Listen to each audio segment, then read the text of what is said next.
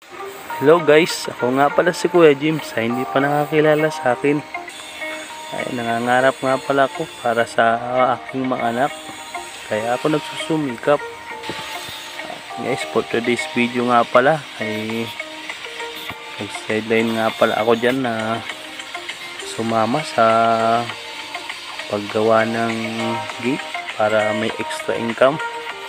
Ay mahina ang ating tindahan ngayon. Sakto wala na rin pasok sa school ang mga anak ko, kaya makakapag-sideline ako sa magtrabaho ng ganito.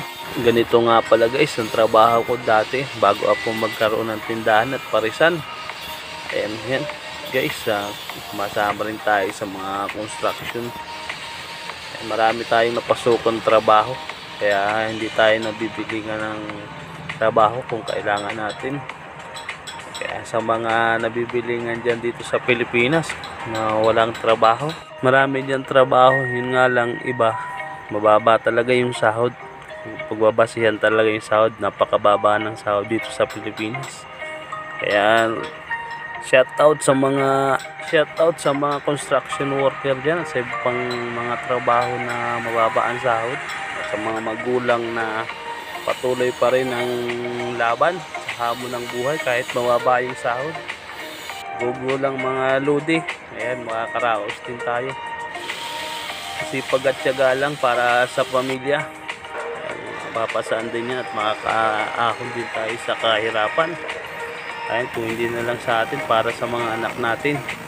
Kaya kayong mga nagsusumikap na mga magulang, ayan, saludo ako sa inyo lahat. Mabuhay tayo. Liit lang ang sahod dito sa Pilipinas. Ang mahalaga kasama mo ang pamilya mo. Kung gusto mo naman ng malaking sahod, ayan guys, mag-ibang bansa ka.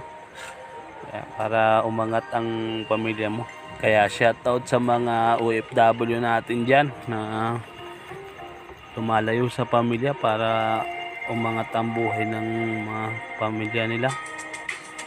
Pag-aaral ng maayos sa mga anak nila. Saludo ako sa inyong mga lodi. Ayan, kaya kakanta na lang tayo ng piliin mo ang Pilipinas.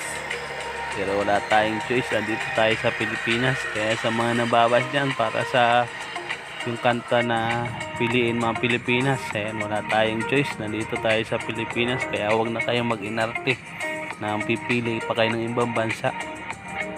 Ayan guys, hanggang dito na lang pala yung aking video. Ayan, nabili na rin lahat dyan pang ulam.